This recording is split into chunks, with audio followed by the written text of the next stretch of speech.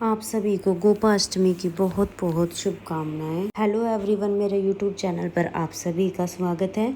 आज की वीडियो में मैं आपको गोपाष्टमी की व्रत कथा सुनाऊंगी। तो कथा सुनने के लिए एक लोटा जल ले लेंगे और अपने हाथ में फूल या चावल के दाने ले लेंगे। इसके बाद हम गोपाष्टमी की व्रत कथा शुरू करेंगे। तो चलिए कहानी शुरू करते हैं। बहुत समय पहले की बात है, जब भगवान श्री कृष्ण 6 वर्ष के हुए तो उन्होंने यशोदा मैया के सामने जिद की कि मैया मैं अब बछड़े चराने नहीं जाऊंगा, अब मैं बड़ा हो गया हूँ तो मैं भी अब गैया चरा के लाऊंगा। यशोदा मैया ने बहुत समझाया कि बेटा आप अभी छोटे हैं, आप अभी गैया चराने नहीं जा सकते, लेकिन भगवान श्री कृष्ण नहीं माने।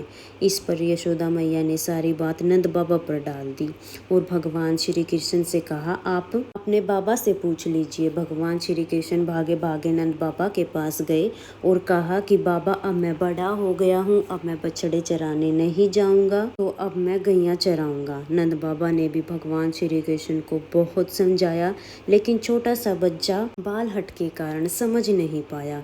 तब नंद बाबा ने कहा कि ठीक है, पंडित जी को बुला के लाओ। पंडित जी गोचरण का शुभ मुहूर्त निकालेंगे, उसी मुहूर्त के अनुसार तुम गैया चराना शुरू कर देना। श्री कृष्ण जी भागे भागे पंडित जी के घर गए और पंडित जी से जाके बोले, पंडित जी नंद बाबा आपसे गोचरण का शुभ मुहूर्त पूछेंगे, आप आज का ही मुहूर्त बना देना, क्योंकि मुझे आज से ही गैया चरानी शुरू करना है। अगर आप मेरी बात मान जाओगे तो मैं आपको बहुत सारा माखन मिश्री ला कर दूंगा। छोटे से बालक की ऐसी बातें सुनकर पंडित जी हंसने लगे और भगवान श्री कृष्ण के पीछे चलते चलते नंद बाबा के पास आ गए। नंद बाबा ने कहा कि पंडित जी आप गोचरण का शुभ मुहूर्त बताइए। पंडित जी ने अपना पोथा पतरा निकाला और देखकर विचार करने लगे। अब अंगुलियों पर कुछ गिन रहे थे, तो ये देखकर नंद बाबा बोले कि क्या बात हुई पंडित जी, किस चीज़ का आप इतना अनुमान लगा रहे हैं। पंडित जी ने कहा कि आज का दिन बहुत शुभ है। आज कार्तिक मास के शुक्ल पक्ष की अष्टमी तिथि है और गोचरण का सबसे ज़्यादा शुभ मुहूर्त आज के दिन ही है। आज के बाद पूरे 1 साल तक कोई भी शुभ मुहूर्त दिखाई नहीं पड़ रहा है। ये बात जानकर नंद बाबा ने भगवान श्री कृष्ण को उसी दिन यानी कार्तिक मास के शुक्ल पक्ष की अष्टमी तिथि से ही गैया चराने की अनुमति दे दी और भगवान श्री कृष्ण ने उसी दिन से गैया चराना आरंभ कर दिया। और जब भगवान श्री कृष्ण जी पहली बार गैया चराने गए तो कामधेनु गाय ने भगवान श्री कृष्ण का अभिषेक किया और इस दिन को गो अष्टमी के रूप में मनाया जाने लगा।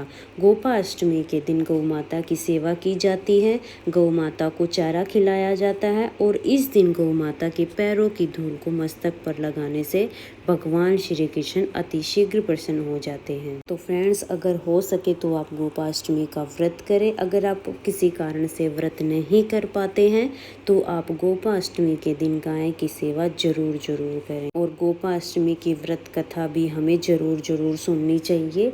ये थी गोपाष्टमी की व्रत कथा। व्रत कथा सुनने के बाद हमने हाथ में जो फूल और चावल लिए हैं वो हम गौ माता को समर्पित कर देंगे। इस तरह से गोपाष्टमी के व्रत की जो कथा है वो पूर्ण हो जाएगी। उसके बाद हम आरती करेंगे। आपको कैसी लगी कमेंट करके जरूर बताना और अगर आपको वीडियो पसंद आई हो तो वीडियो को लाइक कर देना और हिंदू धर्म के सभी तीज त्योहार देखने के लिए मेरे चैनल को सब्सक्राइब कर लेना। मिलेंगे किसी और नई वीडियो में, तब तक के लिए राधे राधे।